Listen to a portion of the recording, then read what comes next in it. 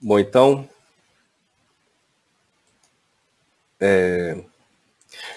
essa aula introdutória, a parte de microeconomia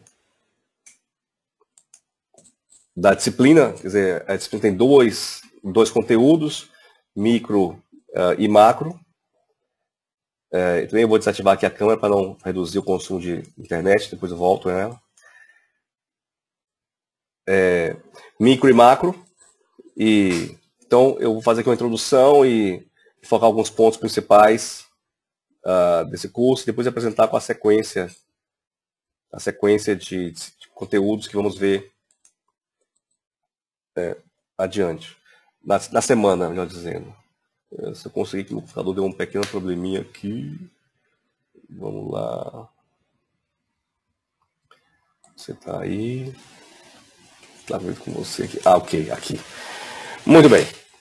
Então, essa aula de introdução, microeconomia, e com enfoque ligado à área pública. Até porque o material da UAB ele é voltado para a área privada, então vamos usá-lo e também fazer alguns adendos para enfocar na área pública. Então vou apresentar falar um pouco sobre economia e microeconomia. Depois, alguns termos comuns em microeconomia, e já são indicativos para aquela atividade do glossário. Depois, focar alguns conceitos principais que devem ser compreendidos e algumas aplicações desses conceitos para a gestão pública. E, finalmente, como serão as atividades na semana. Então, inicialmente, falar sobre economia e microeconomia. Micro tem muito a ver com o mercado.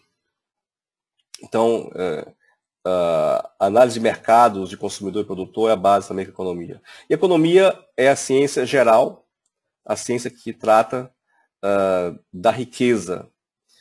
É muito comum ver em livros de economia falar que economia é a ciência da escassez. Na verdade, a economia é a ciência que busca entender como se gera riqueza, como se gera mais riqueza, porque algumas nações, alguns estados, cidades ou pessoas são mais ricas que outras.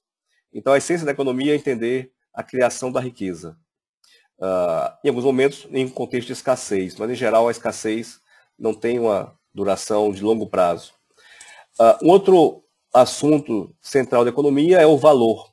Então, a economia tenta entender como é que se mede o valor dessa riqueza e de onde vem o preço das coisas. Vou já falar um pouco sobre isso. E, finalmente, a economia moderna, a economia do século XX e XXI, é a economia da livre troca, a troca livre entre as pessoas de bens e serviços. Mesmo quem trabalha e ganha salário, na verdade, é participante, contribui para uma parte de um bem ou serviço maior que ele está produzindo e é também um produtor. Então, a economia moderna é um ambiente da livre troca de bens e serviços entre as pessoas, seja isso agindo diretamente ou indiretamente. Em termos de ciência, então, cabe perguntar que sistema de trocas produz maior riqueza. Haveria, então, alguma forma, algum esquema de trocas econômicas que produziria maior riqueza? E no caso da área pública, como é que fica o Estado, a questão da gestão pública, nesse sistema de livre troca entre as pessoas? Então, a economia é uma ciência que busca entender a riqueza, busca entender como que o valor acontece, como é que se mede o valor, como é que o valor se transforma em preço das coisas, e em que condições essa livre troca de bens e serviços teria o máximo de resultado esperado ou possível. Olhando então da riqueza, riqueza em termos de conceito de um país, riqueza de um país ser um conjunto de bens materiais, físicos, que podem ser medidos em dinheiro, trocados. Então, em economia, o que interessa, do ponto de vista de riqueza, é a riqueza material. A riqueza que pode ser mensurada em dinheiro, trocada em alguma coisa em dinheiro. Em termos pessoais, são aquelas coisas que uma pessoa tem propriedade e que pode transferir, que pode vender. Então, os bens materiais ou direitos sobre bens, sobre coisas, que podem ser medidos em dinheiro e que possam ser transferidos. E dinheiro, que o dinheiro é uma forma transitória da riqueza. Então, o acúmulo de dinheiro ou acúmulo de bens vai fazer parte da riqueza pessoal. Então, temos aqui a riqueza nacional do país como um todo, o conjunto, e a riqueza pessoal e privada como sendo uma parte da riqueza do país. Em geral, isso é um fato interessante, nações mais ricas possuem maior riqueza pública. Então, estradas faz parte da riqueza pública, né? Um bem material nacional. Não necessariamente pode ser trocado. Opa, aqui tem uma pequena mudança nesse texto, um equívoco. Na verdade, são bens materiais que podem ser medidos em dinheiro, não necessariamente trocados. Então, uma estrada, rios, praias, etc., tudo faz parte de riqueza nacional. Algumas dessas coisas podem ser medidas em valores que para a sua construção ou pelo seu uso para fins públicos. E, em via de regra, países mais ricos possuem maior riqueza pública, melhor saúde pública, melhor educação pública, melhor transporte público e por aí vai. Melhores ruas, calçadas, saneamento, etc. Também um fato importante entender que o serviço em si não é uma riqueza porque o serviço ele não dura, ele desaparece tão logo ele é realizado. Mas o sistema de serviço, aquelas coisas que são fisicamente, e as pessoas que trabalham fazem funcionar o serviço, isso faz parte da riqueza do país. Então, grosso modo, um pouco sobre a noção de riqueza. O valor das coisas, por seu turno, é uma medida humana.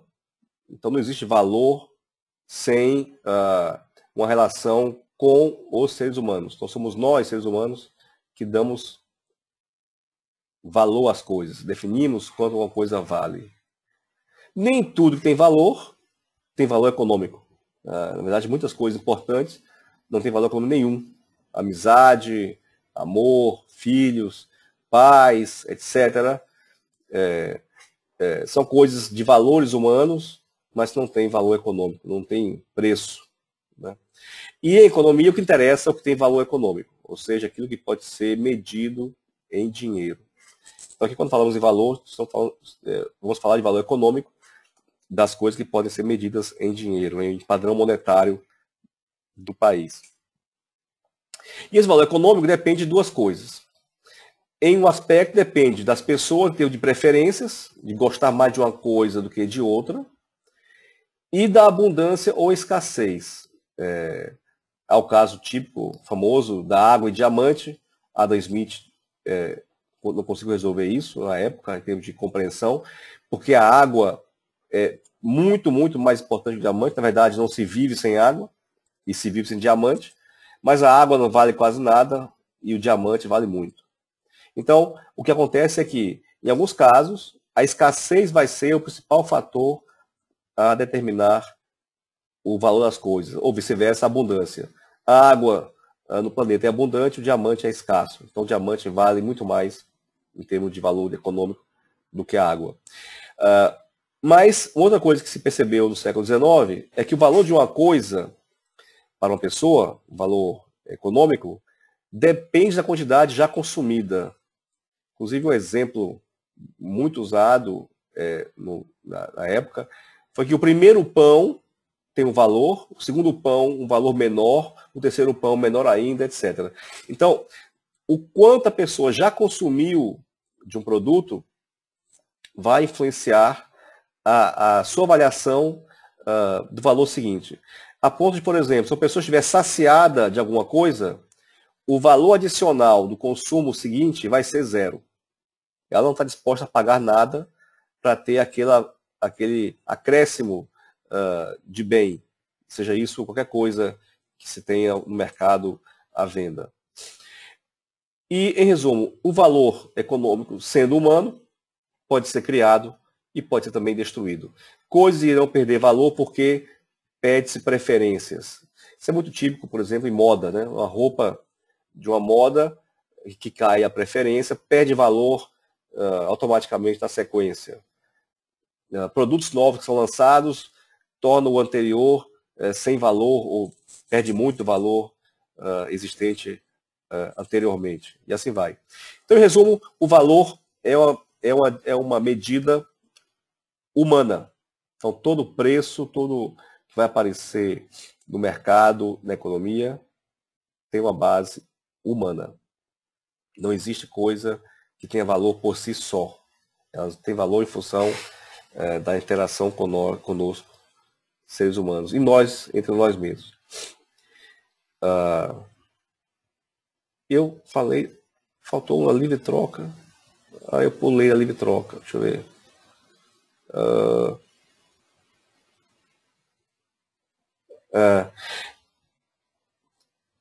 O outro item que eu vou falar depois eu esqueci aqui, a livre troca, né? Como é que o sistema de trocas produz maior riqueza? Bom, então, o que se percebeu ao longo da história e da investigação econômica é que os mercados, em particular os mercados, o livre mercado, é o melhor ambiente para incentivar a criação de riqueza e a distribuição da riqueza na sociedade. E mercados existem desde tempos muito antigos, pelo menos desde a primeira civilização organizada, os sumérios, atualmente é o Iraque, Babilônia, etc.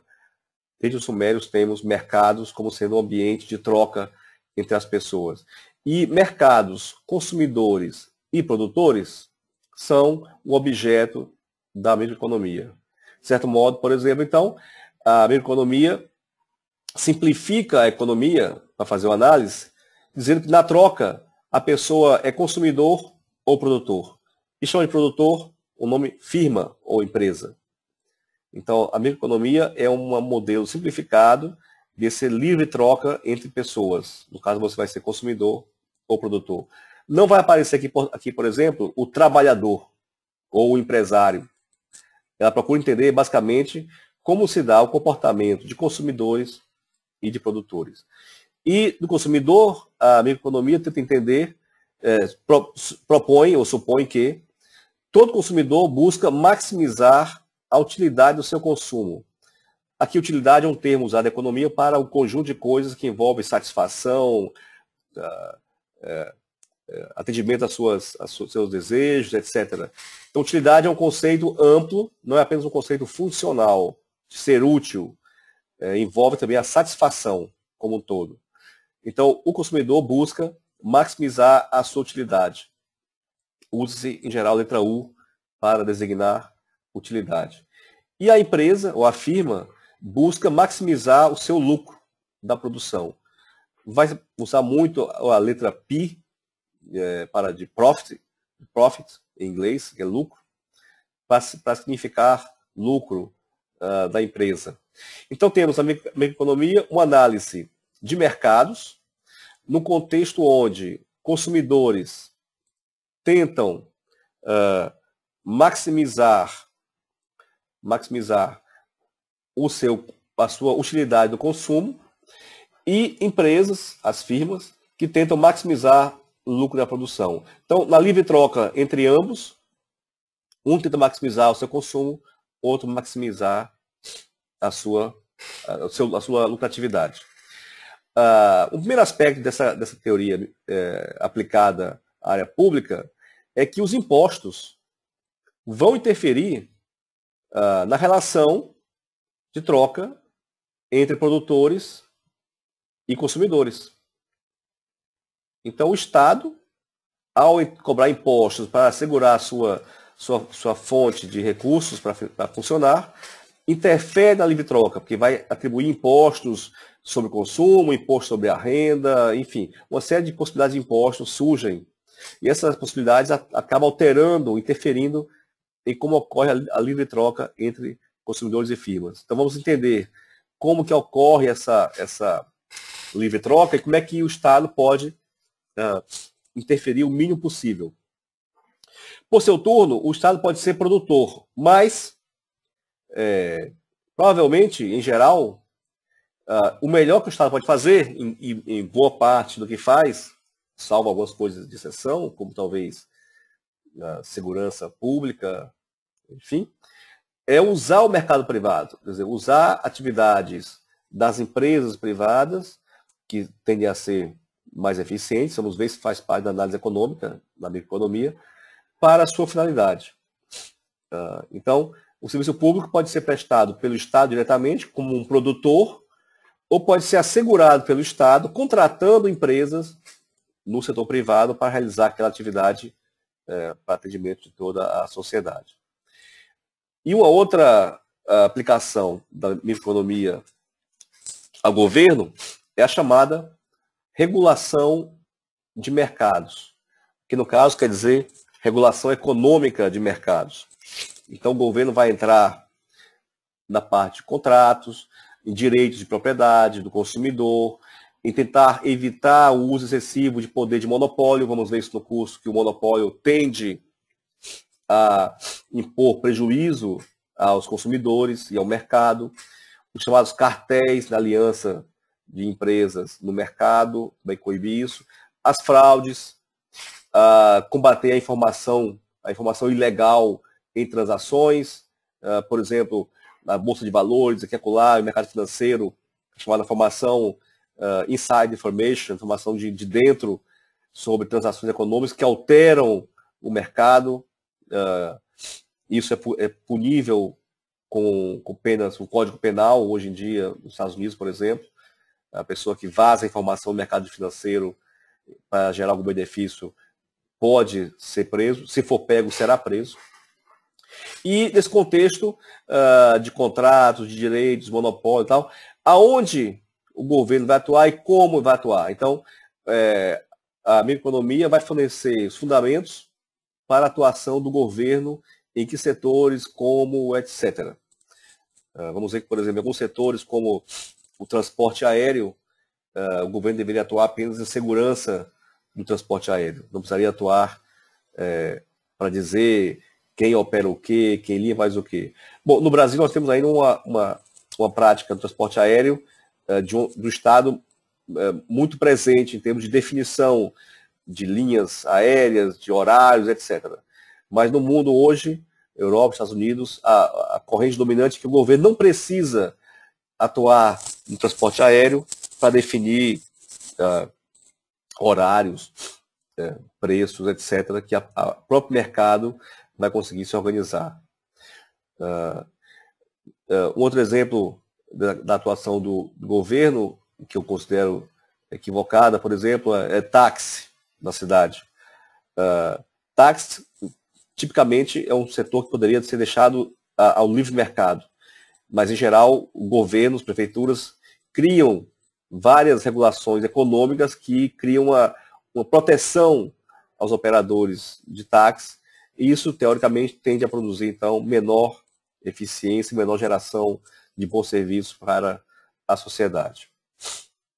Vamos ver aqui um pouquinho alguns termos de microeconomia mais comuns, e ter uma ideia, então, do significado dessa matéria. Então, vamos lá. Termos que fazem parte de todo o dicionário de microeconomia. Oferta, demanda, valor, preço, utilidade marginal, curvas de diferença, elasticidade de renda, elasticidade de preço,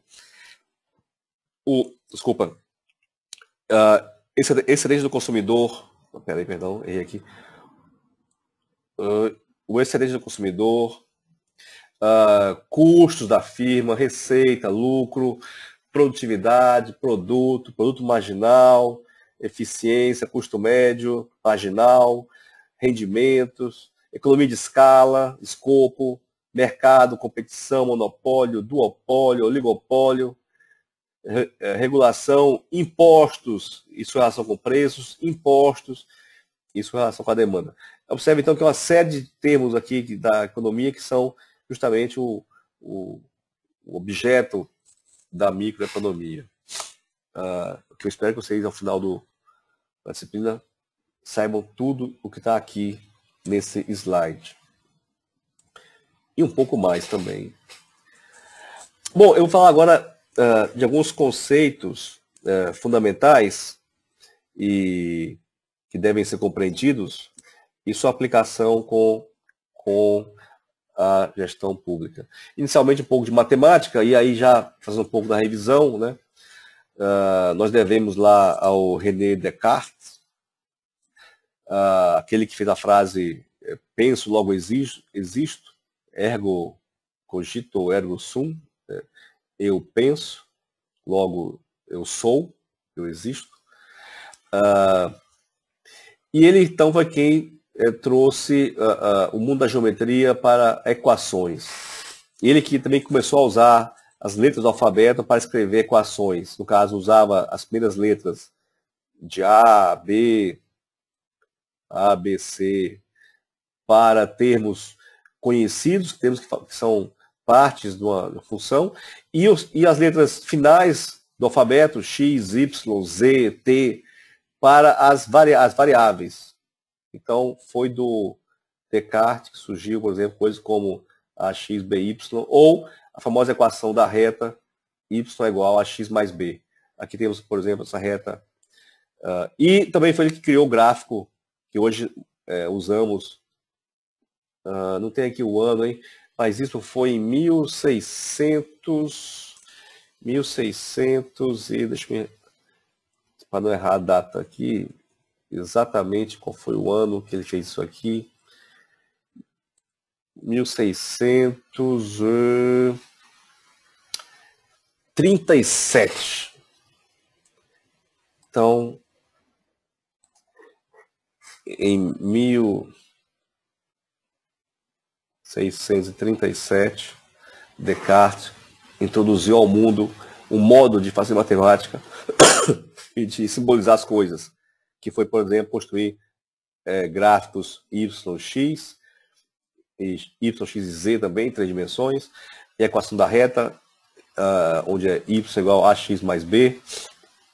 Aqui observamos que se fazemos aqui x igual a 0, y igual a b, então esse ponto aqui, onde corta o eixo y, vai ser b.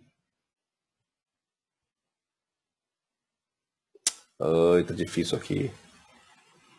O que é isso?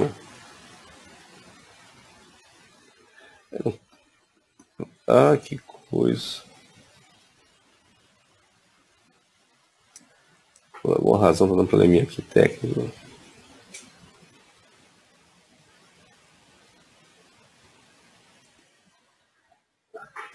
Aqui é B. Também aqui a equação da parábola. ax2 mais bx mais c, tipicamente uma parábola com essa. Se botar um x igual a 0, y igual a c, então esse ponto aqui, esse ponto é o ponto C, y igual a c, e assim vai. E um fato curioso é que num dos livros onde fazia muitas equações, conta-se que o editor perguntou que letra podia usar para as equações e se podia usar o x, porque estava sobrando naquela época naquela época as editoras usavam aquelas letras que eram montadas, né? E eram letras pré-moldadas. E como tinha muito x sobrando, o editor usou nas equações o x. E em função disso, de lá para cá, o x se tornou o símbolo universal de variável. Em todas as equações da matemática. Então, o mundo moderno deve a um editor do Descartes o fato do x ter virado a letra símbolo de variável em funções e equações. Com o tempo também do alfabeto, por exemplo, passou a usar letras do meio para funções, então temos f de x, g de x, h de x, o IJKL para índices, xi, x1, x2, etc. M e n para número de termos, i variando de 1 a n e por aí vai. Então, esse é um pouco da história da matemática, do uso do x e dessas equações algébricas para representar funções, etc. Bom, então, o primeiro conceito fundamental a ser compreendido em microeconomia primeiro e fundamental e tem que ser compreendido. Ninguém pode sair desse curso sem saber o que significa isso. É chamada utilidade marginal. Isso foi concebido no século XIX, quase simultaneamente por 3 pessoas, Jevons, Menger e Walras, aqui um britânico, um austríaco e um francês. E eles basicamente fizeram foi aplicar derivada à economia. Então, em economia, quando se tiver o termo marginal, está falando que é a derivada. Então, se é a utilidade marginal, vai ser a derivada da utilidade em relação ao consumo.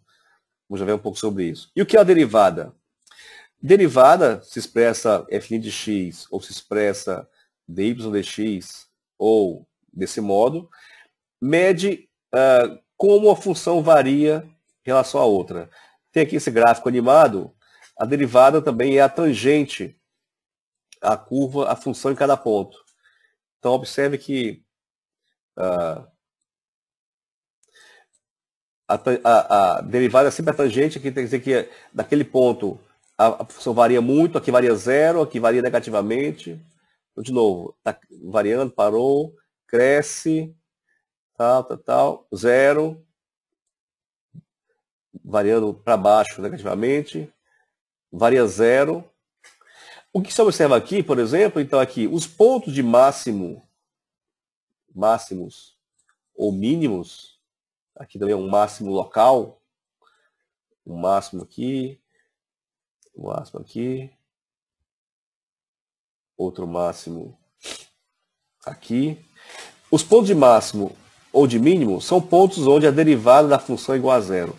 Isso vai ser fundamental na análise econômica, porque vamos usar esse conceito para tentar entender o comportamento esperado, por exemplo, das empresas. Já vai um pouco sobre isso mais adiante. Então aqui, rápido resumo, a derivada é uma medida da taxa de variação da função em relação à variável, e geometricamente a derivada é a tangente à função no ponto.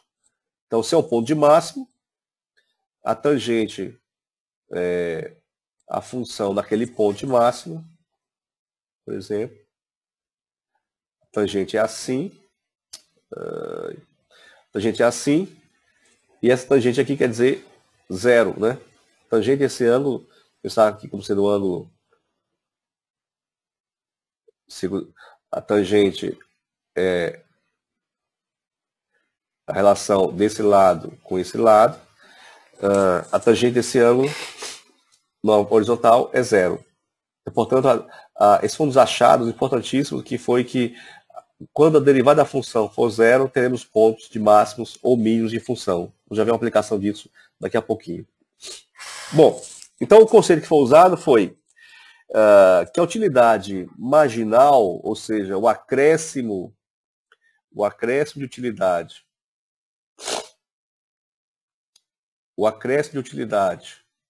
com o acréscimo de consumo, com x, ou du, que é a variação de utilidade, com a variação de x, esse acréscimo é decrescente. Então, teorizou-se que a cada consumo adicional, o acréscimo de utilidade que você tem em consumir aquele produto ou aquele serviço é menor que o anterior. E você está disposto a pagar um preço sempre que tiver um acréscimo de utilidade maior que o preço de mercado. Então, quando houver uma utilidade marginal, um acréscimo de utilidade maior que o preço, haverá o consumo. Vamos ver aqui um exemplo ilustrando aqui. Digamos que a pessoa vai consumir uma unidade de produto e tenha essa utilidade inicial. Ora, se eu consumir uma unidade e tiver essa utilidade, justamente essa DU, ou variação de utilidade por 1, vai ser justamente a utilidade marginal inicial. No segundo consumo, embora haja um aumento de utilidade, a segunda utilidade adicionada é menor que a anterior. Então ela vai ter essa nessa posição. O terceiro menor também e o quarto também. Então temos que a utilidade marginal, ela é decrescente. Esse é o conceito de utilidade marginal no século XIX, 1871, 2 e tal, que passou a ser um ponto de virada na análise econômica. Porque observe o seguinte, se a pessoa consumiu já três produtos, oh, meu Deus, o telefone tocando, pai.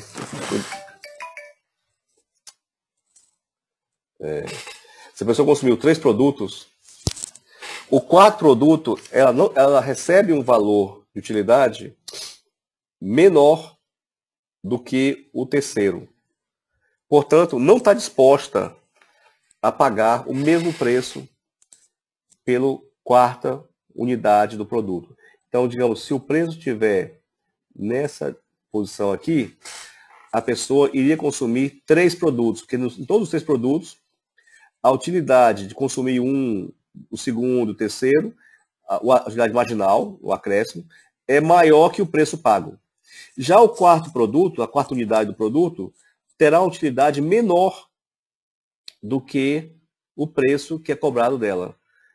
Então, essa teoria ajudou a explicar por que, por exemplo, que a água é de graça, porque a quantidade de água disponível, ou quase de graça, é lá embaixo. Então, a compra da última litro de água tem valor quase nenhum. Essa teoria é a base da teoria moderna dos preços. Os preços são função da utilidade marginal. Isso é muito importante ser compreendido, é um ponto essencial na teoria econômica. E um ponto essencial na teoria econômica desse conceito para a área pública é a utilidade marginal do dinheiro. Ou seja, quanto vale o acréscimo de dinheiro em função da riqueza já existente. Daniel Bernoulli, um pouco antes do Jevons e tal, mas não com o foco teorizou que o valor do dinheiro, ou o acréscimo marginal, né, a derivada do dinheiro, segue o mesmo princípio do consumo. Em que sentido? Ele diz que o acréscimo de dinheiro, de valor do dinheiro, comparado o acréscimo de utilidade, perdão, comparado ao acréscimo de dinheiro, é do tipo de função 1 sobre x. Aqui temos a função sobre x, esse é o tipo de função sobre x. No caso, esse lado de cá para nós não interessa, porque não existe dinheiro negativo, né? Então, uma aplicação desse conceito de utilidade marginal decrescente é que a utilidade marginal do dinheiro decresce com a riqueza. Ou seja, quanto mais rico ou mais rica for uma pessoa, menor o dinheiro vale para ela. Então, como se diz assim, R$1.000 para uma pessoa que ganha R$1.000 tem um valor enorme. R$1.000 para quem ganha R$10.000 tem um valor menor. R$1.000 para quem ganha R$100.000 tem um valor ainda menor. E os mesmos R$1.000 para quem ganha R$1 milhão vale muito, muito menos. Então, o valor do dinheiro diminui com a riqueza.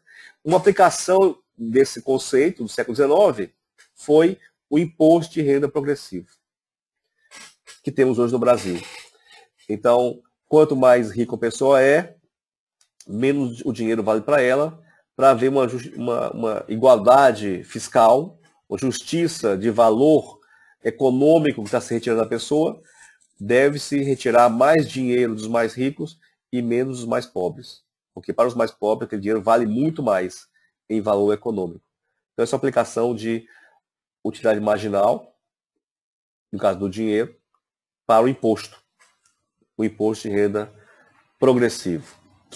Um outro conceito que vamos ter presente, e esse conceito vai ser mostrado depois de novo na análise de mercado, é que, muito famoso, é que preço é igual a custo marginal. Eu estou aqui apenas apresentando ele rapidamente, mas vamos voltar a isso. Mas a ideia de preço, o custo marginal, está presente como um outro conhecimento fundamental, né? Então temos aqui esse conteúdo como um dos conteúdos centrais da microeconomia. Bom, o custo marginal, de novo, ser marginal é derivada.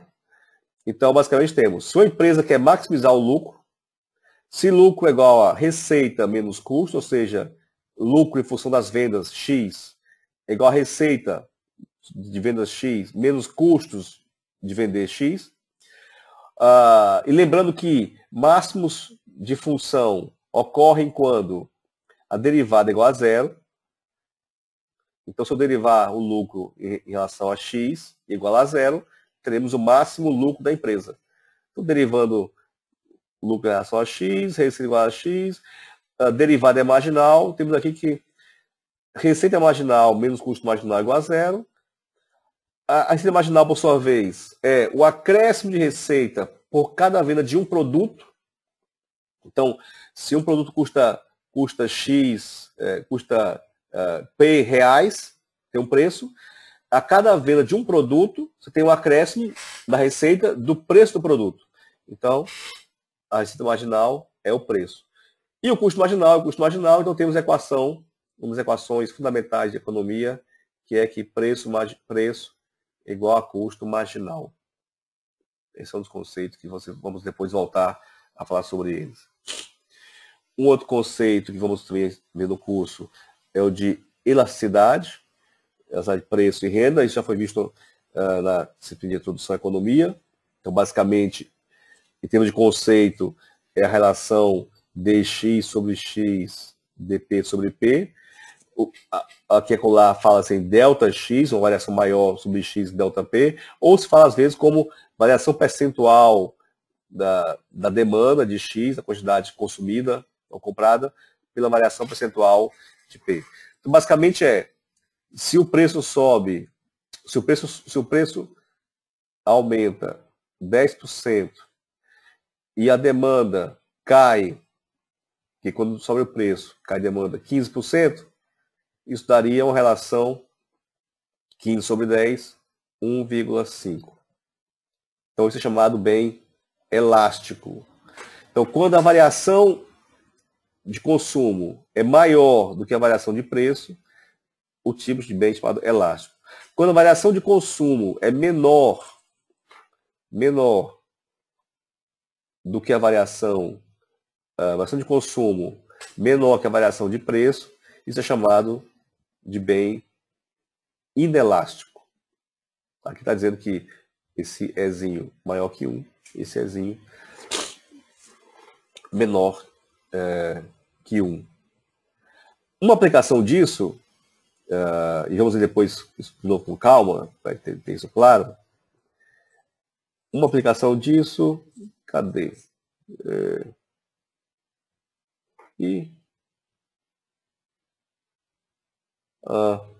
Esqueci de botar aqui. Bom, uma aplicação disso é que se eu deveria então alocar mais impostos sobre bens inelásticos do que sobre bens elásticos. Por que isso? Porque bens inelásticos terão impacto menor na demanda, então, portanto, menor impacto em reduzir consumo, em reduzir emprego, produção, salários, etc. O imposto em bens elásticos reduzem, numa proporção maior do que o imposto, o consumo, e, portanto, vão ter impacto na redução da demanda e, portanto, impactar na redução da oferta, do emprego e dos salários. Então, o ideal seria impostos em produtos inelásticos em vez de produtos elásticos. Um outro conceito é o de elasticidade renda. Então aqui temos isso aqui está errado, eu preciso corrigir isso aqui depois. Isso aqui é elasticidade preço, não corrigi. Considere aqui que eu estou falando de elasticidade renda, perdão. Então, variação da renda pela renda. Variação percentual da demanda em função da variação da renda. O que temos observado empiricamente, teoricamente, é que a variação de consumo por variação de renda é muito maior quando a renda é menor e pequena quando a renda é maior. Ou seja, se a pessoa tem uma renda aqui, desculpa, e aumenta para cá essa renda, aumenta para cá, a variação de consumo é muito grande. Se a pessoa tem uma renda aqui em cima e sobe para cá. Ah, não, esse gráfico é errado também. Desculpa. Esse gráfico está errado. Não. Aqui é consumo. Consumo, aqui é renda. Perdão, renda, consumo. Então, se a renda aumenta quando a pessoa é mais pobre, deixa eu apagar isso tudo de novo aqui. Peraí. Está tudo errado. Corrigindo aqui. Não deu tempo de corrigir isso hoje. Mil perdões. Aqui é a renda.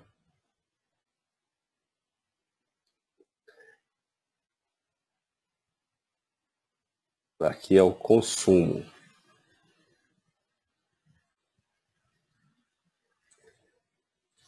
Ai, perdão. Ai, professor Rubens, não faça isso. Aqui é o consumo. Estou apanhando aqui desse negócio. Consumo X. Então, temos que a pessoa mais pobre, um aumento de renda, produzirá um aumento de consumo muito grande.